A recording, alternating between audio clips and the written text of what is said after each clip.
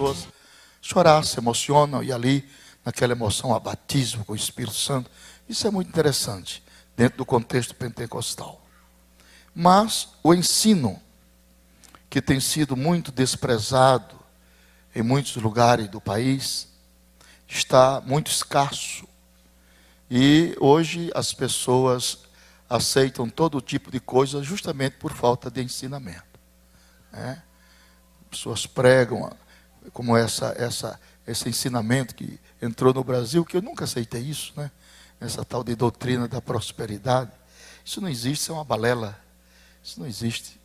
Esses homens não têm nada a ver. O Evangelho não é isso. Os bens materiais não são consequências, não são prioridades na vida de ninguém.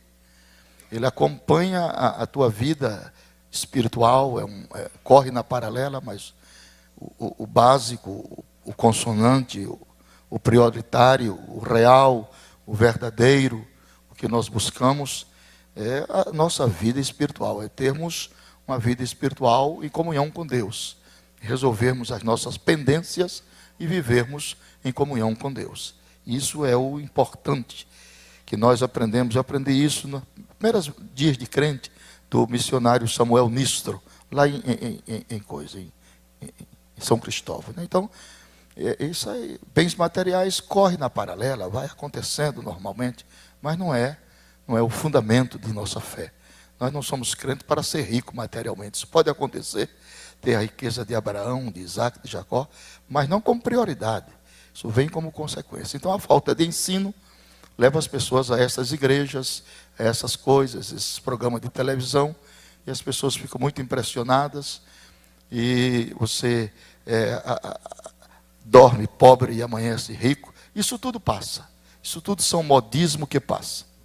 Só fica a palavra de Deus na sua pureza e na sua simplicidade. Apareceu aquele negócio do cai-cai, já está desaparecendo. Apareceu o dente de ouro, também já está desaparecendo. Vai desaparecendo. Porque não tem conjunção doutrinária, não tem apoio bíblico. Isso vem, é uma onda e passa. Aí fica só a palavra na sua pureza e na sua simplicidade. É só isso aí. Então nós estamos também conscientes de que os ensinamentos bíblicos se dividem em 3 grupos, né? Os mais fáceis, os menos fáceis e os mais difíceis. Essa é a categoria do ensinamento da Bíblia. Quais são os ensinamentos mais fáceis? Os ensinamentos mais fáceis são todos os ensinamentos relacionados com o projeto da salvação da alma. O que quer dizer isso? Que Deus reduziu a salvação do homem a um nível irredutível. Não se pode reduzir mais nada. A única coisa que você faz para ser salvo é só crer. Não tem mais nada. Crer no Senhor Jesus, será salvo tu e a tua casa. Então, Deus reduziu esse projeto. Então, a salvação, ela engloba justificação, regeneração, eleição, adoção. Tudo faz parte das doutrinas cardeais da salvação, no ramo da soteriologia. Então, tem os ensinamentos menos fáceis. Está no segundo grupo. São os ensinamentos relacionados com os dons espirituais. Que muita gente diz que os dons espirituais é o adorno da igreja, como se fossem essas flores. Mas dons espirituais nunca foi adorno para a igreja pentecostal. Dons espirituais é ferramenta para o trabalho. Ferramenta para o trabalho. Deus batiza o crente com o Espírito Santo e com propósitos, objetivos de usá-lo dia após dia nas suas mãos. Ferramenta do trabalho. E nessa área de dons espirituais, quem ensina sobre isso, quem pastoreia a igreja, eu fui presidente de igreja há 11 anos, tem que ser uma pessoa muito equilibrada, né? Na área dos dons, porque se ele solta muito, o povo fica fanático. Se segura demais, o povo fica frio, como é que vai fazer? Então tem que manter um certo equilíbrio, nem tanto ao mar e nem tanto à praia. Entre o mundano e o fanático, o mundano é melhor do que o fanático. Porque o mundano é digno de compaixão, e o fanático, ele vê todo mundo perdido, só ele está salvo. E não se deixa demonstrar por ninguém. E o fanatismo religioso tem levado à bancarrota muita gente. Que o diabo ele trabalha nos dois extremos. Ou no extremo da excessividade, excesso, ou no extremo da escassez, né? Ou excessivo ou omitivo. Ou de mais ou de menos. Então é difícil você encontrar pessoas centradas, equilibradas. Equilibradas e centradas. Por exemplo, na área dos dons espirituais. Quantas vezes nós ouvimos por aí afora em nossas igrejas que quando alguém profetiza, é Deus que está falando. E nunca foi, mas nós precisamos aprender. Não é? Precisa aprender. Quando alguém profetiza, nunca foi Deus que está falando. Nunca pode ser. Não pode ser Deus, de jeito nenhum. É a pessoa que está falando. Agora, a pessoa pode estar falando sobre inspiração divina. É diferente. Uns profetizam e os outros julguem. Por que é que vai julgar? Você vai julgar a Deus? Não. Por que é que você vai julgar? Porque mesmo que a inspiração é divina, não se esqueça disso. O vaso que está entregando é de barro. E às vezes Deus inspira o vaso de barro, 10 palavras proféticas, como é o vaso de barro. Ele coloca 2, 3, 4, 5 por conta dele. Aí recebe o julgamento da palavra. Porque ninguém está acima da palavra. A palavra é para corrigir, para respaldar, para burilar os dons espirituais. Então, a palavra está acima de tudo. Né? Os dons estão subalternos à palavra. Ninguém pode ir contra a palavra. Ah, mas quando Deus me usa, eu nem sei o que estou falando. Está doido? Não existe isso não, irmão. Não, mas quando Deus me usa, você tem que saber o que está falando, para quem está falando e o que está falando. O culto é racional, tem responsabilidade. Tem responsabilidade. Isso aqui não é espiritismo, isso aqui é cristianismo. No espiritismo, o diabo absorve a razão das pessoas. No cristianismo, não. O culto é racional, é inteligente. Todos nós, você pode estar cheio do Espírito Santo como você estiver. Você está em pleno uso das faculdades da razão. Amém? Não, isso. Quando Deus me toma e sai por aí, quebra as cadeiras, sai por aí, joga sapato para cima. Aí quando Deus me toma, está errado, isso não existe não, meu irmão. Os dons espirituais são coisas maravilhosas. Quando há uma coordenação de ensinamento, uma coisa mais linda do que ver um crente cheio do Espírito Santo. Lágrimas, glórias, louvores, adoração. Essa é a simetria dos dons. Mas para quebrar as coisas, e agora está essa onda, né? Fulano quebrou tudo, mas que não é para quebrar, irmão, aqui é para edificar. Quebrou o quê? A igreja passa tanto tempo construindo, comprando cadeira, dificuldade, aí você chega e quebra tudo. Não é para quebrar nada. Isso aqui é para consertar, para edificar, renovar. E existem 3 fontes por onde passa o ensinamento. 3 fontes. Pedagogicamente, os ensinos são herdados, você aprende por herança, por pesquisas e por revelação. Então ninguém tem razão de se gloriar em nada. Tudo que eu sei, aprendi dos outros. Tudo que eu sei, aprendi dos outros. Que razão eu tenho de me gloriar? Hein? Nós somos produtos de uma escola. Não é assim ou não é? Paulo diz, sabendo de quem tens aprendido. Amém? Então eu fiquei 4 anos no seminário ouvindo os melhores do Brasil. O começo. E ali estava aprendendo 4 anos, ouvindo os homens, a começar por pastor João de Oliveira, que foi arrebatado 26 horas fora do corpo, um homem de santo, de vida santa, Alcebiades Pereira Vasconcelos e tantos outros. Então, conhecimentos são herdados, você herdou, pesquisados, você pesquisou nos livros, e revelados, que advém a nós através da oração, através da sua comunhão com Deus. E dentro da pedagogia escatológica, o texto que eu li fala a divisão dispensacional da humanidade. Como Paulo, pelo Espírito, divide a humanidade. A humanidade é dividida em 3 grupos. São eles os judeus, os gentios e a igreja de Deus. Quem são os judeus? São todos os descendentes de Abraão, os descendentes de Isaac, os descendentes de Jacó. São chamados de Israel, filho de Israel, hebreus ou israelitas. E quem são os gentios? Os gentios são os não-judeus. São chamados de nações, gregos ou estrangeiros. E quem é a igreja? Muita gente diz, nós somos o Israel de Deus. Nós não somos nada de Israel de Deus. Tem que aprender, irmão. Quem é Israel de Deus? Não. Nós somos igreja. Parece um negócio de Israel de Deus. E paz haverá sobre Israel de Deus. Israel de Deus lá, não aqui. Então fica os pastores lá de São Paulo, aquele lado de lá, usa quipá, usa o talitre, usa o manto, usa não sei o quê, que eles querem judaizar a igreja, porque não conhece a dispensação da humanidade. A igreja era gentílica, agora ela é igreja. Nós éramos gentios, agora não somos mais, somos igreja. Igreja é composta de 2 povos, judeus e gentios convertidos a Cristo. São Paulo disse, Deus de 2 povos fez um. Essa é a doutrina, viu? Deus de 2 povos fez um, quebrando a parede da separação. Tanto judeus como gentios têm acesso a Deus pelo mesmo Espírito. O Espírito é um só. Amém? Então temos que ver isso aí, aonde está. Por exemplo, se eu peço ao pastor Kennedy para ler Miqueias 2:10. Isso é Bíblia? Isso aí é uma Bíblia? Mas fininha desse jeito? Mas é Bíblia mesmo? Que tamanho de Bíblia é essa que ele tem, meu Deus do céu? E ele fica catucando assim, é Bíblia. Agora é assim.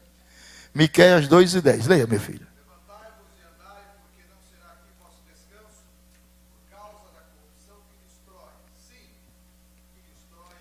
Então você tem que aplicar a Bíblia no tempo e no espaço. Para quem é que Deus está falando aí? Hein? Para os judeus? Para os gentios? Para a igreja? A turma que acha que Deus está falando para a igreja, levante a mão. Para a igreja. Como bem alto, irmão. Seja decidido. Muito obrigado. A turma que Deus acha que Deus está falando aí para os gentios. Ali está. E a turma que Deus está falando para os judeus. Ih, não ninguém quase. Tá? Então é por isso que precisa ensinamento. O ensinamento não é grito. O ensinamento não apela para a emoção. O ensinamento apela para a razão. Aqui não tem um evangelista gritando, que vocês conhecem. Aqui eu ensino. Então, os que falaram que Deus está falando para a igreja, quase acertavam, mas não acertaram. Os que acham que Deus está falando para os gentios, quase também acertavam, mas não acertaram. Então Deus está falando para os judeus. Espera aí. Mas pode ser aplicado para a igreja. A Bíblia é uma espada de quantos gumes? Quantos gumes tem a Bíblia? Quantos? 2. Vocês são tímidos, é assim mesmo? Mas vocês não eram assim, não. 2 gumes. Gume número 1. Vamos lá? Interpretação.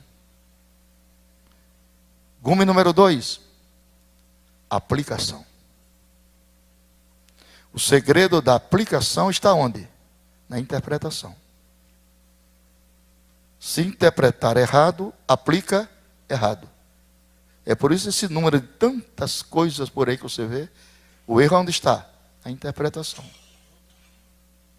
Então tem que ter muito cuidado na interpretação. Deus está falando para os judeus, mas pode ser aplicado para a igreja. Pode ser. Que 75% da Bíblia é direcionada aos judeus. Ficamos com uma sobrinha de 25%. Tá bom, né? Se Israel tivesse aceito Jesus, nós seríamos abençoados em Israel. Como Israel rejeitou, nós somos abençoados direto por ele. Você não se alegrou com isso? Hein? Israel rejeitou, Muitas coisas. E por que falar da vinda de Jesus? E por que esse interesse de falar da vinda de Jesus? Sabe por quê? Abra sua Bíblia aí. 2 Pedro, capítulo 3, verso 3 e 4. Na Bíbliazinha do pastor Kenneth, que ele no instante encontra, ela é fininha, mas ele encontra logo. Vá, meu filho. 2 Pedro, capítulo 3, 3 e 4. Ele já encontrou, é.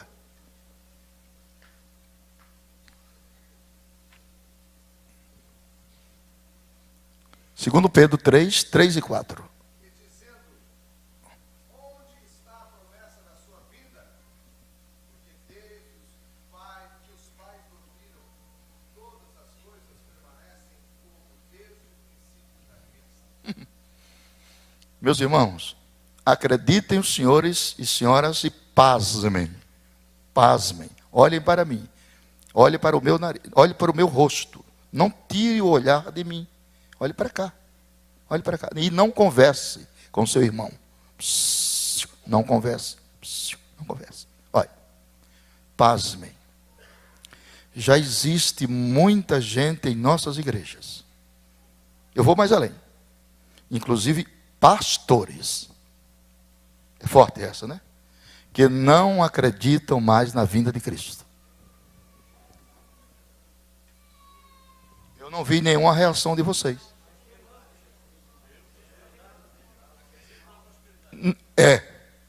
O céu deles é aqui. Quer dizer, a palavra antropologia quer dizer estudo do que olha para cima. Assim. Jesus diz, quando estas coisas, que coisas? A evidência dos sinais começarem a acontecer, levantai vossas cabeças e olhai para cima. Porque a vossa redenção está próxima. Você nunca vai ver um porco vivo olhando para cima. Porco vivo só olha para baixo. Esse povo, esse evangelho de prosperidade, é vocação de porco. Só olha para cá. Que comeremos, que beberemos, que vestiremos, é só para cá. Os hinos, a hinologia, é só para cá. É culto a hedonismo, é culto à personalidade, é o homem, é o grande pregador, é o pregador famoso. Não existe grandes pregadores, irmão. Isso é uma farsa. Existem grandes mensagens que são colocados em vasos de barro. Quem está entendendo? Quem está entendendo?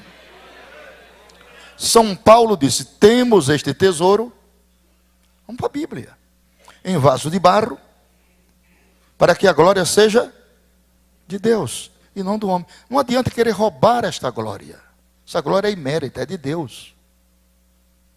Nós somos apenas um cano por onde a água passa.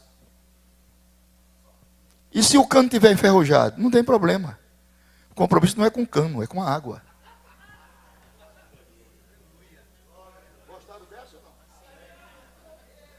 Paulo diz, para que eu pregando aos outros, ao cano, eu mesmo não venha a ser rejeitado. Então o que vai tirar o homem do céu chama-se pendências. Casos mal resolvidos, ou nunca resolvidos. Olhe para seu irmão e diga, resolva suas pendências. Pendências. É isso que faz com que o CPF espiritual fique estragado.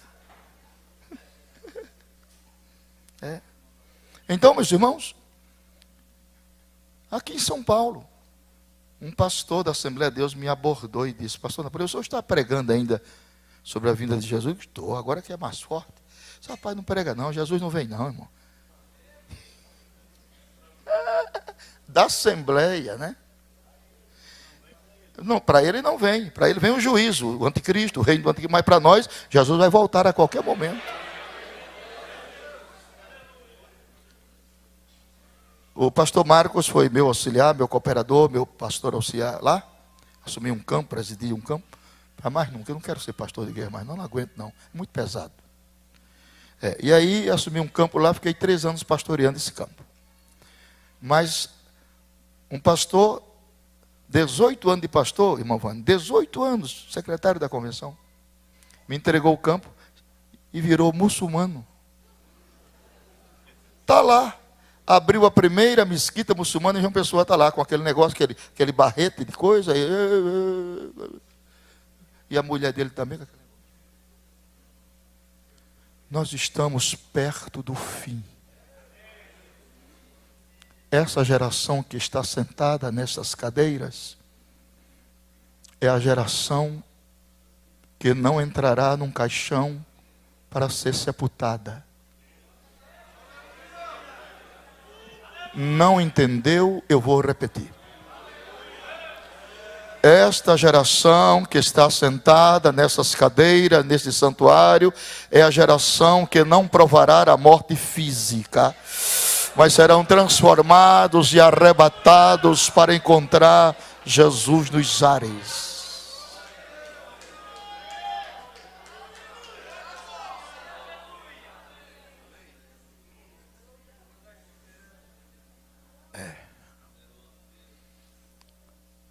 O ano passado eu estava pregando em Londres, 12 noites lá em Londres, uma reunião de líderes. E quando terminamos os trabalhos,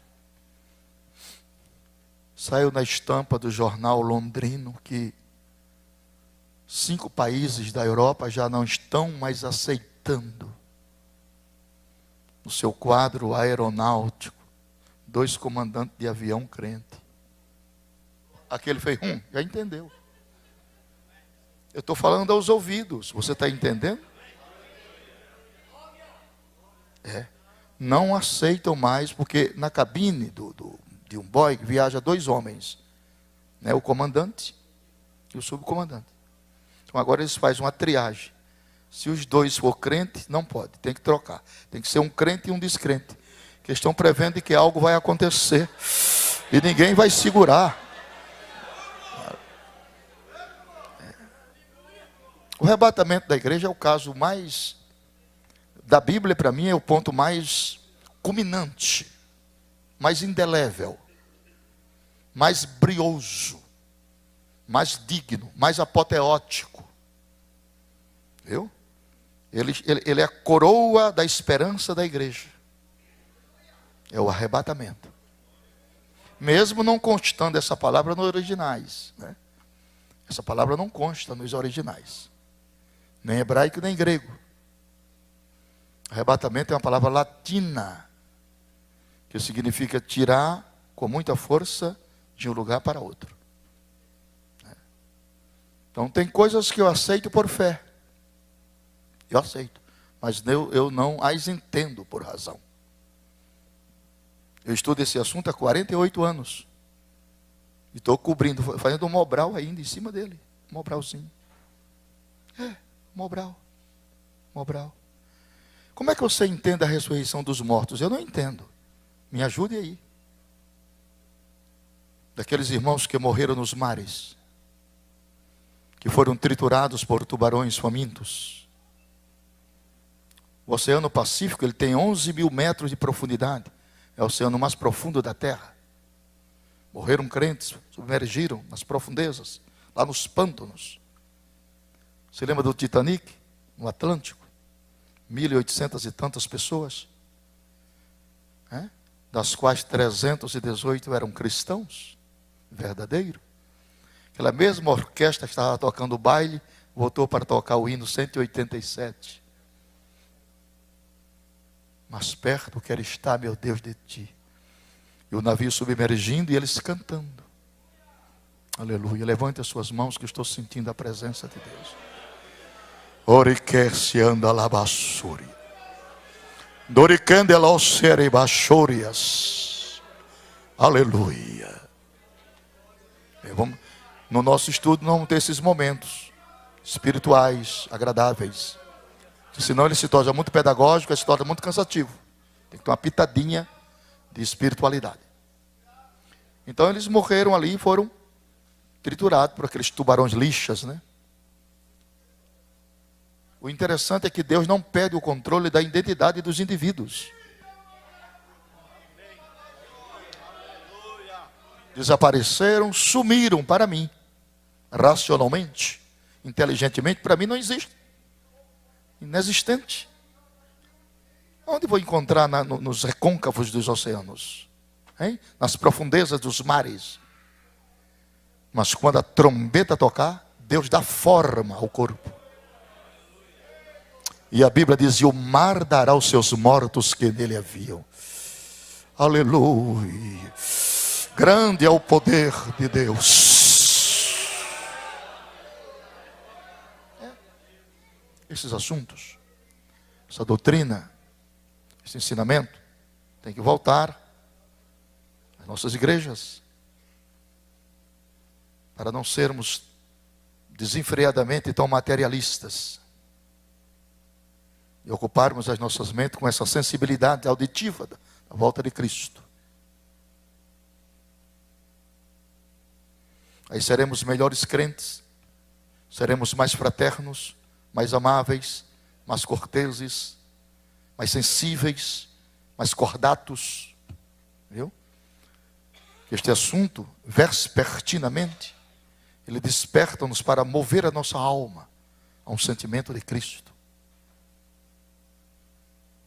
O materialismo é tão desenfreado que ele nos faz indócil, insensível para as coisas do Espírito.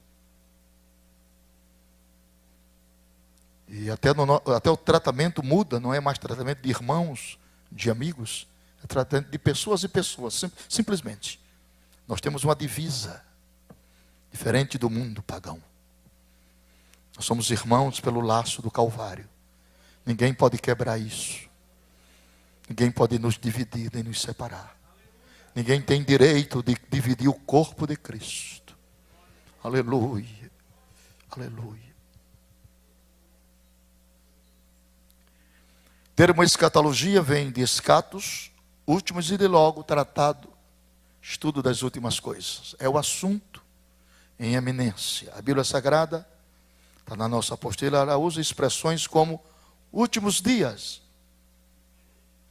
últimos tempos e última hora. Tudo isso aborda vespertinamente, aponta direcionalmente para a volta de Cristo, né? Com essas frases: últimos tempos, última hora e últimos dias.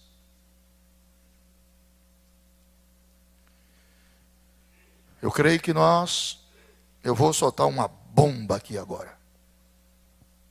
Deixa eu tomar um pouquinho de água para abrandar o coração. Eu creio, como estudante desse assunto, eu creio, viu? Eu creio, ninguém me falou, mas eu creio que a vinda de Jesus não vai mais 20 anos. Eu creio. Se você crê que vai demorar 50, 100, porque eu não posso prognosticar e nem tenho autoridade para fazê-lo. É sobre dia e hora. Mas você diz: sempre houve terremoto, sempre houve. Sempre houve pestilência, sempre houve. Mas com esse descarrilho que está vendo agora, nunca houve. Quer dizer, o círculo da história universal e profética está fechando o último elo. O último elo. O último elo. A única evidência que eu posso constatar, dentro da veracidade dos fatos, é que Jesus não veio ainda por causa do nosso déficit. Nós temos um déficit muito grande. Hein? Temos um déficit. O mundo tem 7 bilhões e 102 milhões de pessoas. Apenas 1,5 bilhão são salvos. Cadê o outro? Cadê os outros? Me ajuda aí. Tu acha que o teu Deus, que é o meu Deus, que é o nosso Deus, vai entregar na mão de Satã quase 6 bilhões de seres humanos que ainda hoje não foram alcançados? Só no mundo muçulmano temos 1 bilhão 342 milhões. No mundo católico romano, quase 1 bilhão e 600 milhões. Quais são as alternativas comportamentais que Deus tomará nos fins dos dias? Vou dizer: primeiro, Deus vai dar uma sacudidela na igreja. Forte. e vai tirar a igreja dos templos para levar para as praças, para as ruas, para as que é o lugar dela. A palavra igreja quer dizer chamados para fora. Foi assim que Deus fez com a igreja de Jerusalém. Nós gostamos do ninho, de ficar no ninho, no conforto, né? Aí o que Deus fez? Colocou espinho no ninho. Para onde ela se virava tinha espinho. Para onde se virava, aí pulou do ninho. Quando pulou do ninho, pela perseguição, aí foram para Samaria. Aí a igreja começou a entrar em evidência. Deus levanta Filipe. E os milagres começaram a aparecer. Deus não perderá essa batalha. Aleluia. Ele vai usar esta igreja numa dimensão tão grande. E eu estou sonhando com isso. Semana passada, eu fiz 4 trabalhos. Em Maranhão. 4 noites em 4 cidades. Quantas almas? 736 almas. 4 noites. Isso é muito pouco. Isso é muito pouco. Nós fizemos um trabalho no estádio do Clube do Remo, em Belém. 1.500 decisões numa noite. O povo está faminto de Deus. O povo não aguenta mais o que está ouvindo. Isso aí é borra, não vale nada. Mas Deus vai suscitar, meio a esta apostasia de valores, uma geração de homens e mulheres cheios do Espírito, para sacudir esta nação. Quem crê nisso? Sacudir a nação. Sabe por quê? Porque quando os homens endurecem o coração, como a igreja dele, aí Deus intervém na história. Acabou-se. Ele interviu na história de Babilônia, ele interviu na história de Nínive, ele interviu na história de Damasco.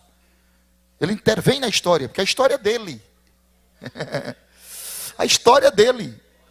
História sem a história dele não é história, é conto. Ele é o dono da história, é o senhor da história, é o comandante da história. A história está na sua mão. Aleluia. Até o diabo está na sua mão. O diabo não faz o que ele quer.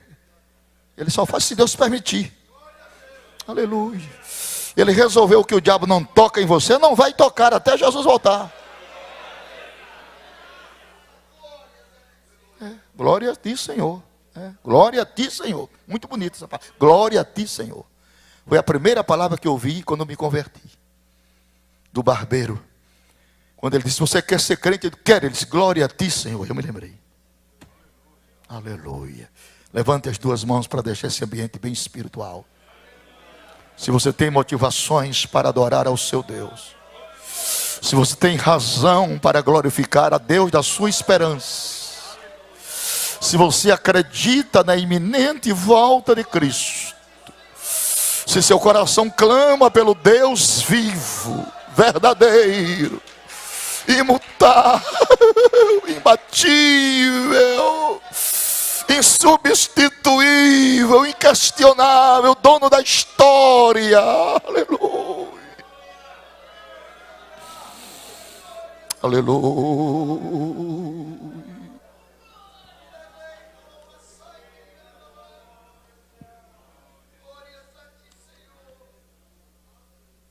É com base nessas expressões escatológicas que foi tomado para designar o estudo dos acontecimentos finais no plano de Deus para este mundo. Normalmente, quando se estuda teologia sistemática, a escatologia surge sempre como último capítulo. A escatologia não dedica-se apenas ao estudo dos últimos acontecimentos, mas também aos fatos que se relacionam com o destino do homem. É o destino do homem. Só o Evangelho pode dar estabilidade e segurança a um homem pós-morte. Só o Evangelho. Nós habitualmente dizemos, quando uma pessoa morre, nós dizemos assim, fulano passou para o Senhor. Essa expressão está errada, vamos corrigi-la hoje. Passar para o Senhor, você passa no dia que aceita Jesus. Aceitou Jesus, já passou para o Senhor. Quando a pessoa morre, morreu, é morte mesmo. Não tem paliativo não. A Bíblia diz, Moisés, meu servo, é morto. Morre. desintegração. Um cientista francês chamado Roberto Rouquet, no ano de 1665, ele descobriu a famosa teoria das células. Ele diz: teoria celular é a afirmação de células categóricas que todos os seres vivos são formados de células. E dividiu as células em 3 partes: cilíndrica, alongada e achatada. Plasma, citoplasma e núcleo. Então, nessa contabilidade científica, descobre-se que do tendão de Aquiles até o frontal, o homem tem 60 trilhões de células. O DNA de cada célula humana equivale a 1,70 m. Somente o seu DNA em fita métrica dá para ir na Lua 3 vezes. Vai, vem, vai, vem e vai. Porque daqui na Lua é só 380 mil quilômetros. E a Lua não é essa peça teatróloga e poética que a gente acha. A Lua funciona como diaconisa de Deus. Isso é ciência. A Lua funciona como uma diaconisa de Deus. Se não fosse a Lua, os oceanos seriam pútridos. Pútridos, não havia vida marinha. Não havia peixe. A Lua trabalha no equilíbrio dos pântanos. A Lua oxigena os mares e renova suas águas através das chamadas tábuas das marés. É a Lua quem faz isso. Deus faz isso só pensando em você. Para você comer um peixe bom, um camarão bom, uma lagosta boa, e você não conhece isso, não dá glória a Deus.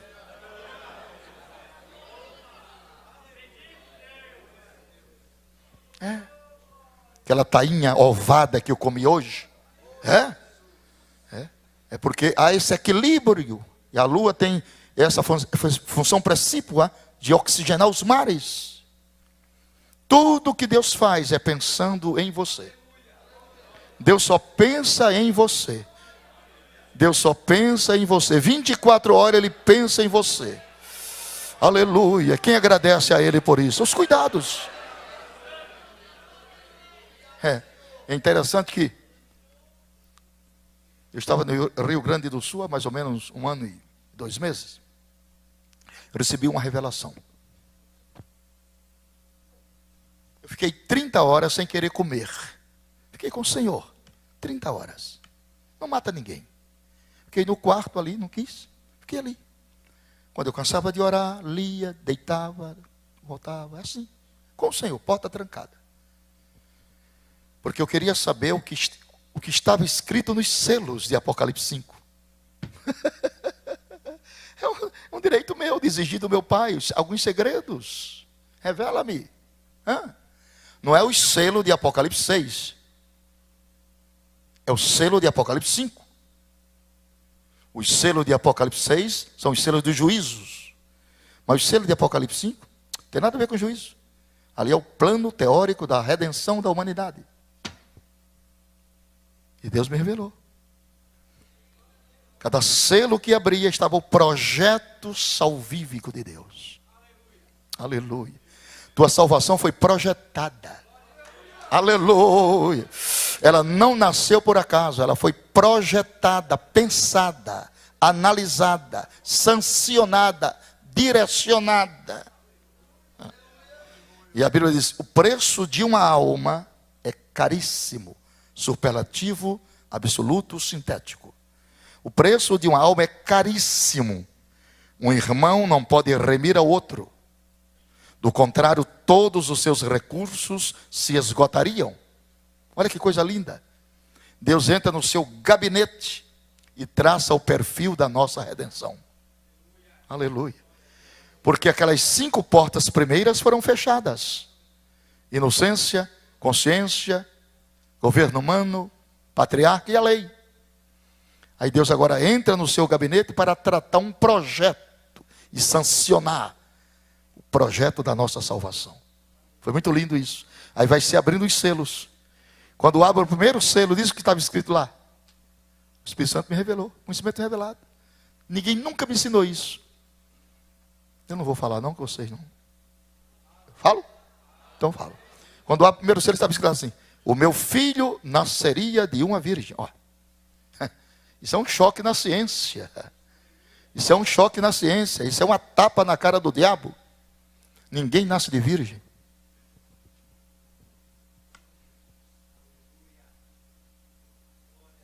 Isso para você é fácil, para mim é difícil.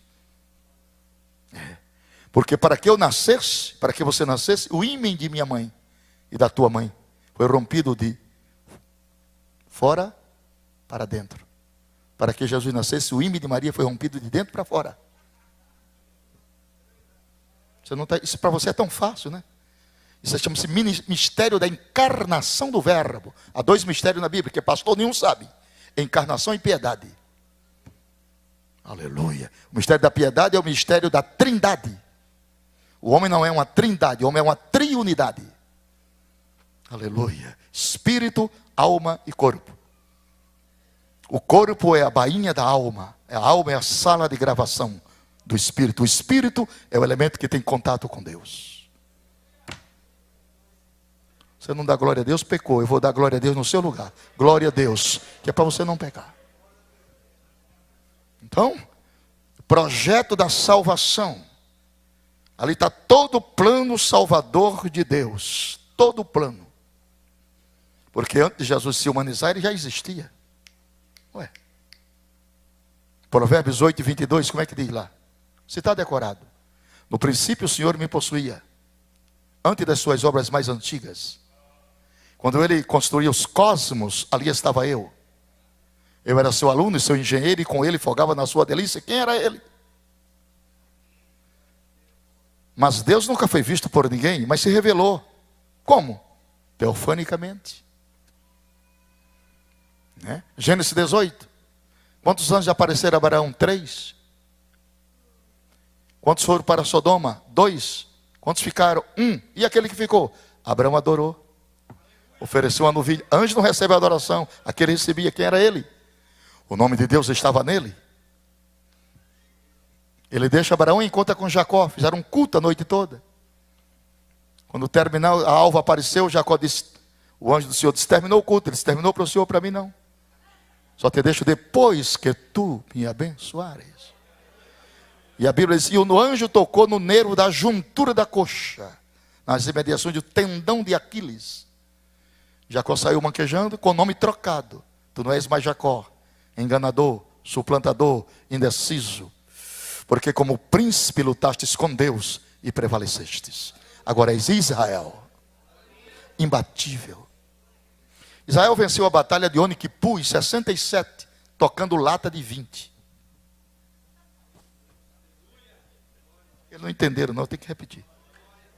Israel venceu a batalha contra 4 nações poderosas, na batalha de Yom Kippur, 67. Golda Meir era ministra, Moshe Dayan o seu general.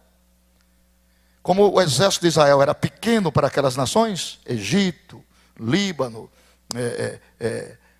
aquelas nações em volta ali, Síria, Jordânia. Então, o general disse, compra a lata de 20 e traz para o povo. Lata de 20 vazia, aquela lata de colocar banha de porco. Onde é que está isso? Quando eu aceitei Jesus, foi o primeiro livro que eu li de Emílio Conde. Israel, o milagre do século XX. Aí eles começaram a bater, irmã Zenaide, batendo lata. Rapaz, o poder da artilharia de Israel é forte demais, correram todo mundo. Israel é o vitorioso. Glória a Deus. É assim. Deus de Israel, que é o nosso Deus também. Então, por que isso? Porque Israel está nesse conflito, nesse distúrbio. Tem que acontecer isso. Deus cria situações para que aquelas nações fiquem com raiva. Essa inclemência de Israel em matar, em se defender, é para provocar a ira das demais nações, para que venha a batalha de Armagedon. Vocês não estão entendendo? Deus cria situações inusitadas, paradoxais, verdadeiras incógnitas. O pensador, o racional não entende isso. Isso é profético. Aleluia.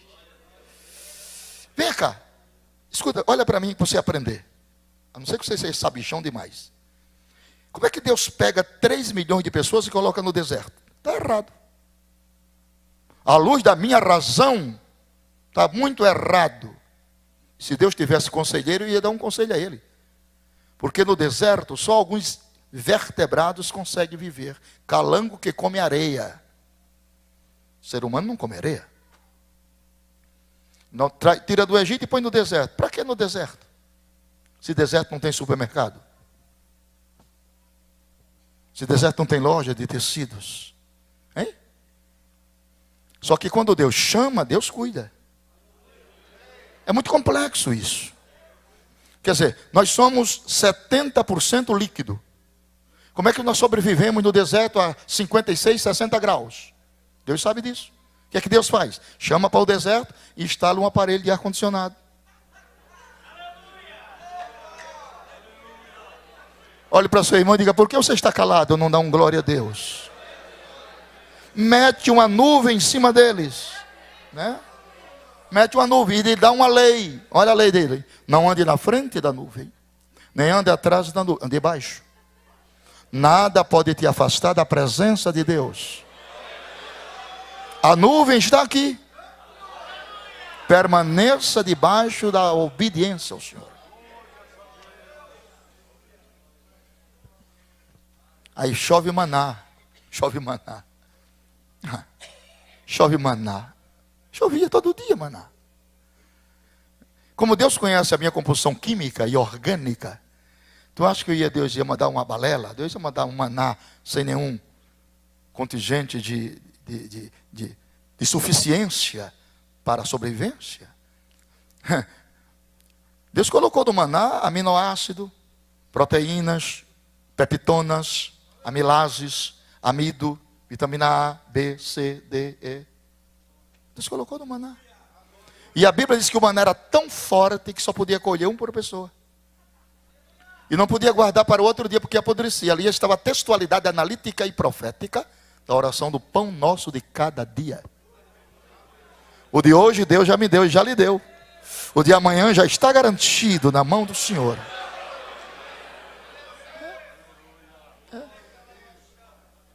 Eu estou fazendo composições doutrinárias em um paralelismo real do que seja a magnificência do poder de Deus.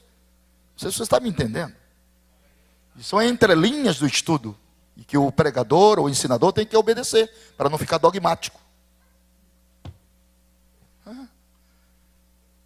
Mas o povo murmurou, que só tinha maná. E quando murmurou, Deus não gosta de murmuração. Você já murmurou alguma vez? Levante a mão. Hein? Vocês não querem levantar a mão com vergonha? Já murmurou? Sim. já. Que Deus tenha misericórdia da gente. E quando o povo murmurou, Deus tirou a espada e foi matar todo mundo. Não foi assim? De mamanda caducando, eu mato tudo. E quando Deus tirou a espada para matar o povo, aí Moisés, que era o pastor da igreja, impetrou uma ação cautelar. Diga glória a Deus. Olhou para o Senhor e disse: o Senhor não vai matar ninguém aqui. Engrossou a voz. Aqui o Senhor não mata ninguém. Olha, que pastor, fora. Se alguém tiver de morrer, mate eu, eles não. Faz o seguinte: pode riscar o meu nome do seu livro. Não quero ser mais crente. Agora matar eles não. E Deus escutando, aí baixou o tom da voz e foi muito cauteloso e prudente. E disse assim: que dirão do teu santo nome? Trouxeste do Egito para matá-los aqui? E quando Moisés terminou de falar isso, aí Deus pegou a espada, guardou. E diz a Bíblia: arrependeu-se Deus do mal que intentou fazer. A oração de um justo mexe com o coração de Deus. Deus revoga princípios por amor de um justo. Deus revoga decretos por amor de um justo. Ezequiel disse: lembra que eu sempre fui reto e puro de coração. Acrescento mais 15 anos a você. Aleluia. Hoje à noite que Deus vai acrescentar bênção sobre bênção à tua vida. Levante a mão que eu tenho uma palavra profética. Antes do arrebatamento, Deus vai salvar toda a tua família para o Evangelho. Só quem crê glorifique a Deus, e quem não crê, por causa das promessas.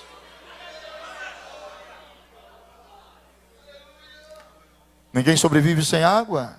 Deus cria uma rocha de estio.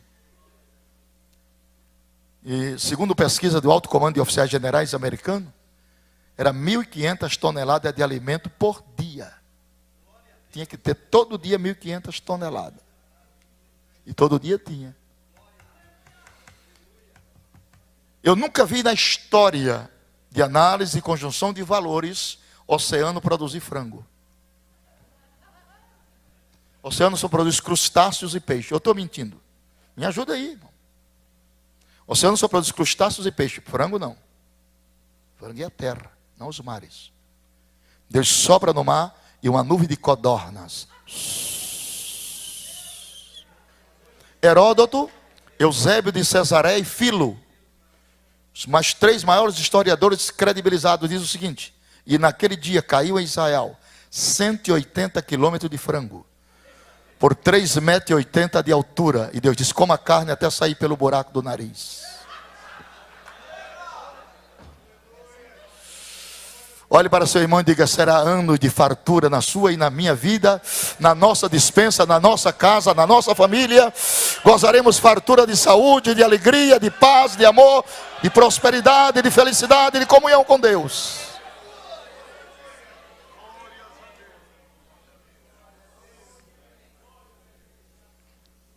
Isso aqui. Agora apareceu um rio no deserto de Negueb. Assistiram aquilo? Hein? Agora, semana passada. Do deserto. Daqui a pouco lá vem um rio, estourando. Sai debaixo da terra. Profecia de Isaías. O deserto florescerá como narciso. Rebentos de águas aparecerá. As profecias se cumprindo. Aleluia. Está tudo pronto. As vestes dos sacerdotes, filhos de Levi, já estão todas confeccionadas. A mesquita de Omar cai, porque o arqueduto de Zedequias passa embaixo. Ela está toda rachada. Aleluia. Os judeus estão esperando isso. As vestes estão confeccionadas para voltar ao sacrifício no milênio. E diz os historiadores que a novilha vermelha já apareceu. Está tudo pronto. Os judeus ortodoxos esperam pelo Messias. Se alguém provasse hoje que era descendente da tribo de Judá, seria hoje aclamado e conclamado o rei de Israel. Ninguém prova. Prova que é da tribo de Dan, Levi, Naftali, Zebulon, Isacar, Manassés, Simeão, José, Benjamim. Mas Judá não. Ninguém prova. Apocalipse 5. João disse: eu chorava muito.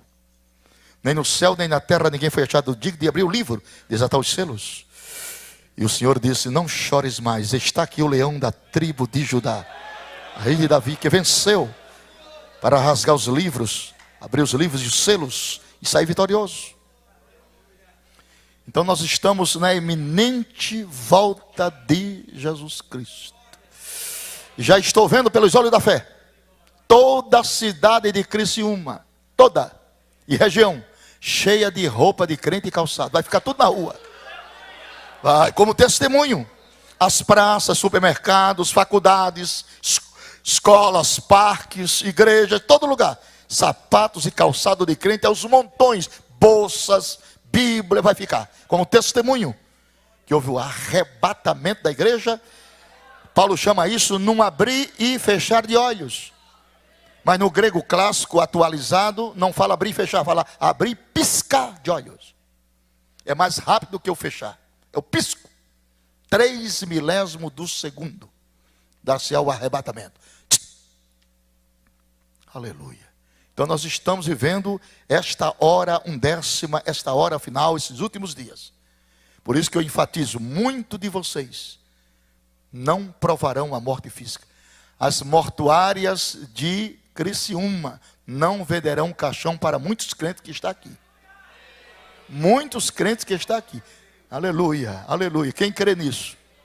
Quem crê nisso? Muitos crentes. Que fazem parte do arrebatamento daqueles que serão arrebatados. E a vinda de Jesus dar-se-á, segundo os maiores entendidos e pensadores, uma vez, em 2 fases. Na primeira fase ele virá para a igreja. Na segunda fase ele virá com a igreja. Na primeira fase os incrédulos serão deixados. Na segunda fase os incrédulos serão destruídos. Na primeira fase haverá segredos. Na segunda fase haverá lamentações. Na primeira fase ele virá sobre os ares. Na segunda fase ele virá sobre Monte das Oliveiras. A lei foi dada no monte. O primeiro sermão que Jesus pregou foi no monte.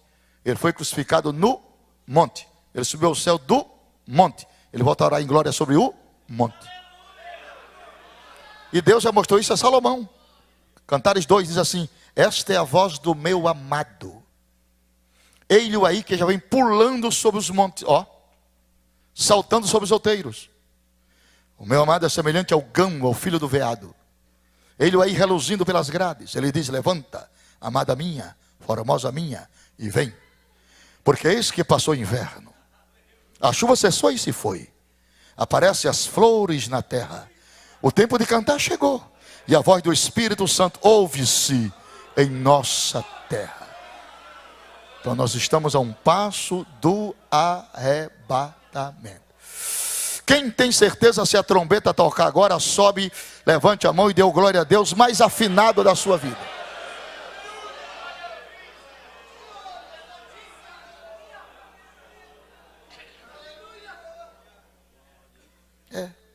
Esse assunto, isso na década de 70, irmão, 68, 69, quando se tocava nesse assunto, a igreja estourava.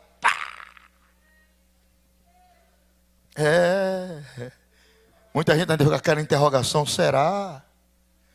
Mas eu louvo a Deus, que ainda tem um remanescente na terra, que acredita piamente no arrebatamento da igreja. E eu quero acreditar que uma boa parte dele esteja aqui hoje, ouvindo e participando do seminário.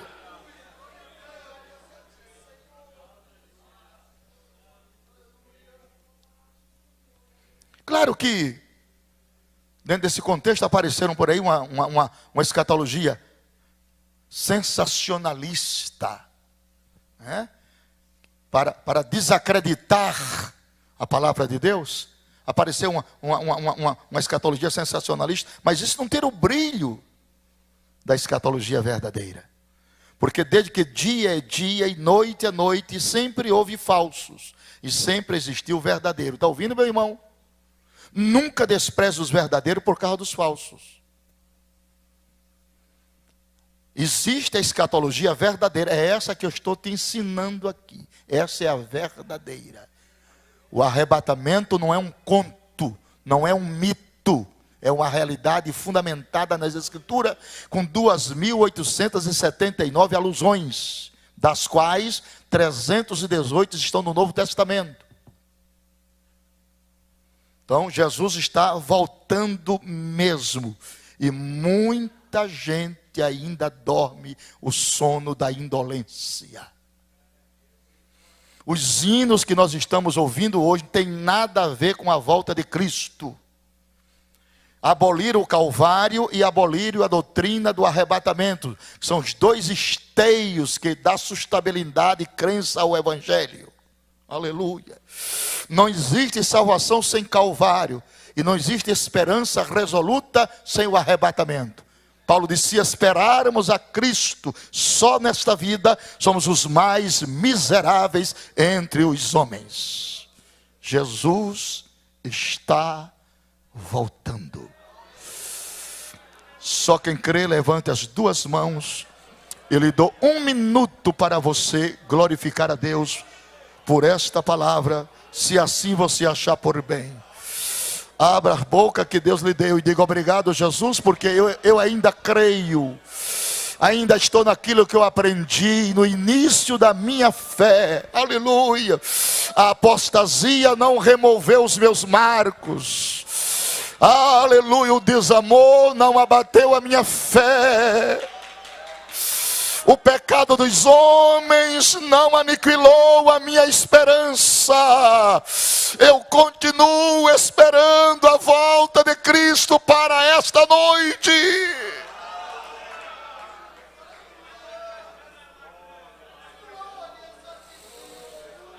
Abacalassuriendecala.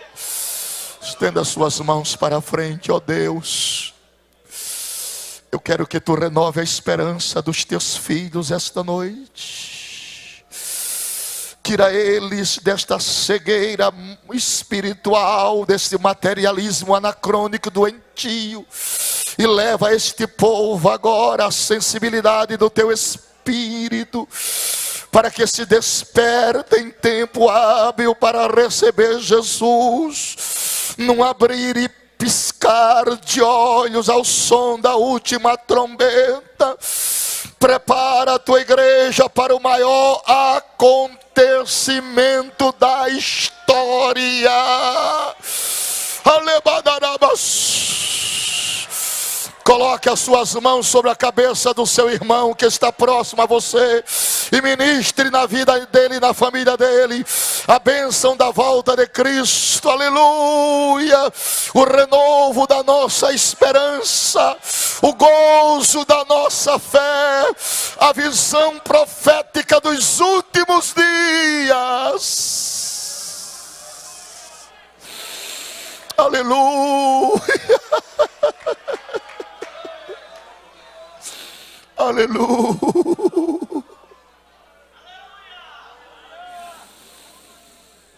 Aleluia. Aleluia. Que bom estes momentos.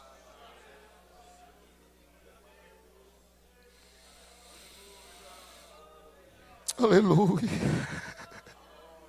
Aleluia. Aleluia. Aleluia. Aleluia. Foi nesta igreja que há 35 anos Jesus entrou em pessoa.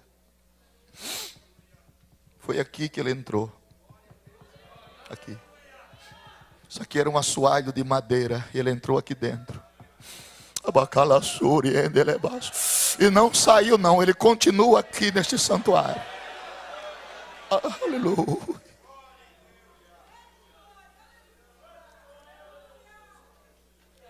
Meus irmãos, a vida nossa é muito breve.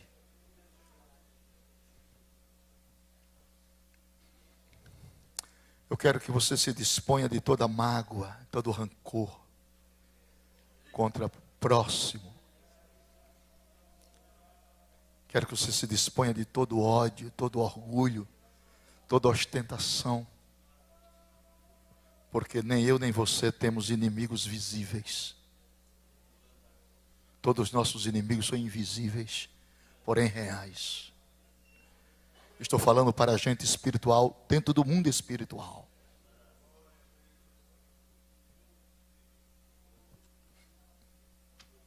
Abra a sua Bíblia. Eu vou mostrar para a igreja onde está centrado o nosso maior campo de guerra. Porque às vezes nós trabalhamos certo com motivações erradas. Estamos nos degladiando um contra o outro. Irmão contra irmão. Obreiros contra obreiros. Estamos enfraquecendo o reino. Porque nós não conseguimos aceitar o irmão como ele é. O Evangelho não muda as pessoas, não descaracteriza ninguém. O Evangelho molda-nos. E essa moldura é proporcional à medida que a pessoa aceita, não Cristo Salvador, aceita Cristo Senhor. Quando Ele é Senhor, eu sou doulos, sou servo, sou escravo, não tenho mais vontade própria. Onde é o campo de guerra da igreja? É aqui, 9 de Apocalipse. Verso 7. Aqui está o campo de guerra de uma igreja. Se todos despertassem para isso, havia menos atrito entre os irmãos, menos disputa entre as pessoas. É aqui a nossa batalha. Apocalipse 9, verso 7. Dizia: o aspecto dos gafanhotos eram semelhantes ao de cavalos aparelhados para a guerra, e sobre a sua cabeça havia umas como coroas semelhantes a ouro. Parecidos. Seus rostos eram como rostos de homem. Tinham cabelos como cabelo de mulher. Seus dentes eram como de leão. Tinham coraça como coraça de ferro. E o ruído das suas asas era como o ruído de carros, quando muitos cavalos correm ao combate. Aqui está o campo de batalha da igreja. Lá embaixo tem uma coordenação, um comando. Está no versículo 11. E tinham sobre si um rei, o anjo do abismo. Em hebreu, Abaddon. Em grego, Apolion. Um reino organizado com um presidente. Primeiro-ministro de Lúcifer. Aprendam, marquem, risquem, abre o coração. Aparece esse personagem aqui com o rosto de homem. À luz da hermenêutica, este rosto de homem fala de inteligência. Qual é o trabalho a priori desse demônio na terra hoje? Porque nós não temos que lutar contra carne e sangue. Lutamos com principados e potestades. Que são demônios, espíritos desencarnados que não possuem corpos. Que não está sujeito à lei da física. E que precisa de corpos para morar. Segundo a mesma lei da física, um espaço não pode ser ocupado por dois corpos. No seu coração e no meu, o demônio não pode morar mais. Já tem morador. Está na Bíblia, viremos para ele, pronome pessoal, e faremos nele morada. Já tem morador. Mas em corações desocupados, ele mora. E quando mora, ele muda a personalidade do homem e da mulher. Tem uns que ele entorta para baixo. Você lembra daquela mulher que vivia há 18 anos assim? Entorta. Demônios. Muda o comportamento. Mulheres ficam insaciáveis, não pode ver homem, homem não pode ver mulher. Perde o controle moral, ético, profissional. São demônios. Vai queimando. Vai queimando, vai queimando. Agora, vamos lá. Vamos à hermenêutica. Rosto de homem. O que é isso aqui? Como eu posso aprender? Na pregação ninguém ensina. A pregação visa só a emoção. Tem que ter a escola. Rosto de homem fala de inteligência. O trabalho desse demônio é um só. Lá vai a bomba. Vasculhar a vida íntima das pessoas para lançar a honra de homens e mulheres ao descrédito. O ser humano é um ser desacreditado hoje. Ninguém acredita mais nas pessoas. Ninguém acredita nas instituições. Ninguém acredita mais em ninguém. Eu sou de uma geração que quando um pastor chegava num lugar, chegou um juiz de paz, chegou um conselheiro, chegou um homem de bem. Hoje quando chega um, o comadre já fica com a purga atrás da orelha. Eu sou de uma época que um fio de bigode era documento, hoje nem o bigode todo está valendo. Eliseu? Porque há um descrédito generalizado nas pessoas. Esse demônio trabalha para roubar a credibilidade dos homens. Instituições como a política, que você faz parte, é uma instituição desacreditada. Claro que tem os bons políticos, isso é o óbvio, mas está muito desacreditado. Ou eu estou falando alguma besteira aqui? Se eu estou falando besteira, me ajuda aí, irmão. Pastor desacreditado, pregador desacreditado. Não há crédito mais. Você chega no posto de gasolina, está lá, não aceitamos cheque, não há mais crédito. Agora, eu creio, eu sou um sonhador mor. Deus vai devolver o crédito ao povo de Deus na terra. A palavra vai voltar a ter valor. Quem crê nisso, no milagre, Deus pode. A palavra vai voltar a ter valor. Eu não sou pregador do pessimismo. Eu creio na restauração de valores morais, éticos e legais. Eu creio, porque eu creio em Deus. Glória a Deus. Segundo, verso 8, diz, e tinham cabelos como cabelos de mulher. Que é isso? Sexomania? Sexolatria? Lesbianismo? Homossexualismo? Inversão de valores morais? O que é torto está certo, o que está certo está torto. O mundo está pelo avesso. Inverteram-se os valores, quebraram os paradigmas, removeram todos os marcos, quebraram todas as éticas. O mundo está pelo avesso. Quem pode mudar essa situação? Quem pode mudar essa situação? A igreja. A igreja não é fermento para promover o crescimento. E o fermento só perde o seu valor quando ele perde o prazo de validade. Nós não perdemos o prazo de validade, não. Nós estamos valendo. Amém. Glória a Deus. Nós estamos valendo. Ninguém nasce gay.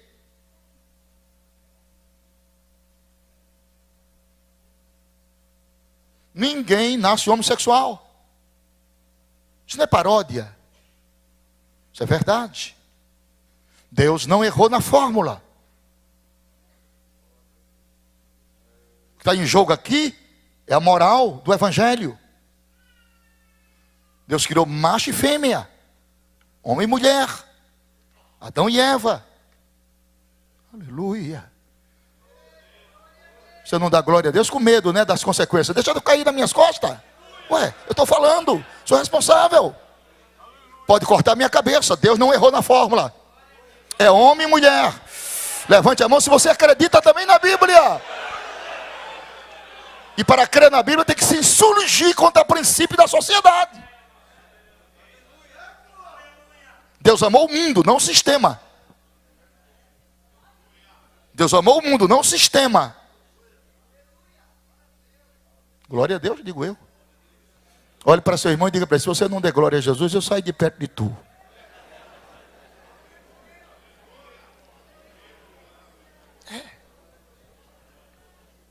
Estamos nessa época. E seus dentes eram como dente de leão. Olha que terrível isso aqui. É preciso que tem que ter escola bíblica. Você pensa que sabe tudo, mas não sabe. E são conhecimentos revelados. Tem que buscar em oração. Isso não se aprende em faculdade. Tem que ir lá no joelho, ficar um momento lá. Aí dói o joelho, levanta de novo, mas tem que ser assim. Aleluia. Aleluia. Levante as mãos e adore a presença do Filho de Deus. Este aqui é o titular. É o presidente das guerras. Dente de leão, feroz. Hoje existe capitaneado no mundo 38 guerras por dia. Para que isso? Para desestabilizar governos. Guerras e guerrilhas e revoluções. Para quê? Para que abra-se o caminho para a batalha de Armagedon. Então o mundo está em pé de guerra. O estupim do mundo está aceso. A terceira guerra mundial, as duas guerras mundiais, dizimaram mais de 70 milhões de pessoas. Mas essa vai ser maior. Essa o enterro vai durar 7 meses. 7 meses sepultando cadáver de gente. É a grande batalha no Vale de Meguido. Então o mundo está convergindo para isso. E te digo mais uma coisa: você que não é crente, aqui tem pessoas que vieram a coisa da Igreja Católica, e eu quero tratá-los com muito respeito e dizer que são muito bem-vindos. Mas eu quero dizer para você que Deus tem o controle no seu mais alto absolutismo de todas as coisas, do mundo visível e invisível. Deus está aqui como a figura de um pescador profissional. Ele fisga o peixe e não puxa. Puxa a hora que ele quiser. Fica dando linha. Mas está fisgado. Está tudo fisgado. O mundo está no controle de Deus. Ele se assentou no trono da história. Aleluia. Nada foge do seu controle e de sua determinação. Quando Ele quer, Ele faz um urubu virar garçom. Quando Ele quer, Ele faz uma baleia virar transporte. Quando Ele quer, Ele faz uma mulher virar tempero. Você não lê a Bíblia? Então ficou questionando. O que é isso que ele está dizendo? Vá ler a Bíblia. E a mulher de lá olhou para trás e transformou-se numa estátua de sal. E sal não é tempero? Olha para seu irmão, oferece um sorriso a ele. Você está muito sério para meu gosto. Abre um sorriso de alegria, de gozo, de contentamento, de felicidade, por participar dessa esperança e ter o coração se aberto para entender as revelações escatológicas de Deus e do tempo do fim. Quem devia estar muito sério aqui era eu, que sou oficial do exército e todo militar é muito sério. Eu sou de infantaria. Mas não, o gozo da salvação me levou a isto.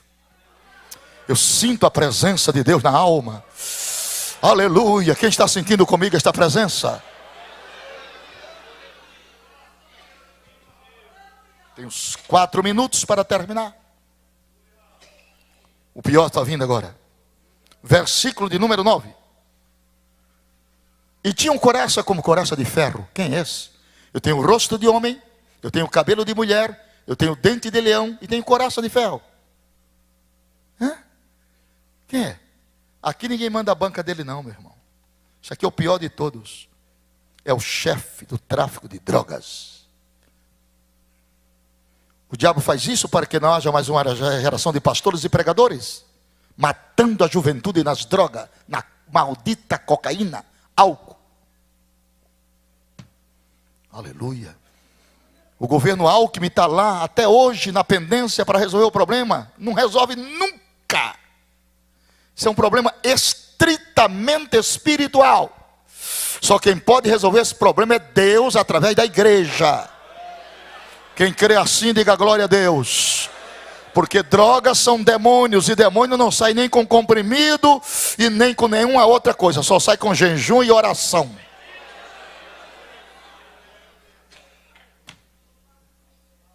Para sempre.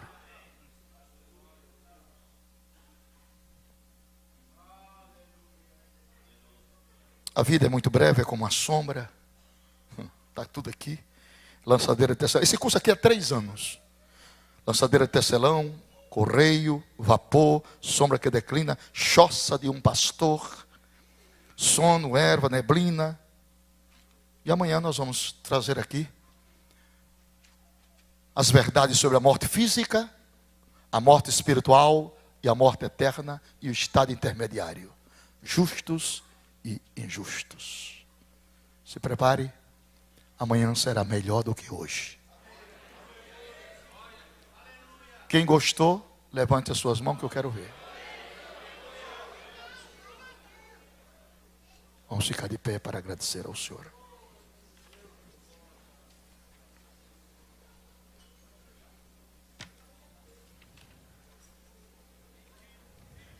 Sempre vou lembrar da coragem, do amor, da firmeza e vontade, da fé e devoção, da igreja do tempo de Paulo, de Pedro e João, que enfrentavam a fúria de Roma, mas nunca negaram sua fé de cristão. É o exemplo para mim, verdadeira missão. Oh, meu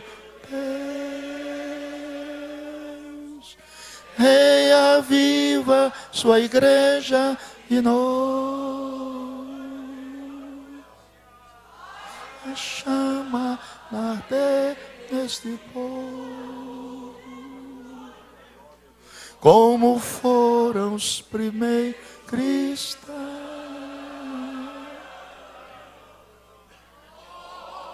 Meu Deus, reaviva sua igreja e nós. Faz a chama arder este povo, começar em meu coração. Segure na mão do seu irmão. Vamos fazer uma oração fraternal, dando as mãos como se Jesus voltasse essa noite. Que bom seria se Jesus voltasse agora. Levante a mão dele com a sua mão para o céu. Vamos orar na unidade espiritual e fraterna. Nossos corações estão pulsando de alegria, na esperança e na certeza da imortalidade da alma. na certeza, no arrebatamento, na trombeta que vai tocar, da ressurreição dos mortos e do translado dos vivos em Cristo Jesus. Senhor, nosso Deus e nosso Pai, muito obrigado por tua presença no meio da tua igreja. Obrigado pelo renovo da nossa esperança, da certeza imarcessível que temos de um dia estarmos contigo na eternidade para todo sempre. Ajuda-nos a acreditar dia após dia nos fatos relacionados com a tua volta. Faz-nos mais crentes, mais tementes, mais vigilantes, e que o dia do Senhor, que virá como ladrão de noite, não nos apanhe de surpresa, porque será um laço sobre todos os moradores da terra. Recebe o nosso sentimento de gratidão em Cristo Jesus, nosso Senhor. Abrace seu irmão e diga: que bom seria se Jesus voltasse agora. Aleluia. Podeis assentar para os avisos do pastor da igreja. Gostaria só de informar aos irmãos que lá fora no hall da igreja tem um material pedagógico do nosso ministério. Eu escrevi aqui este livrinho e selecionei 50 mensagens escatológicas. Essas mensagens estão lá. Aqui tem 50 mensagens só escatológicas. E eu tenho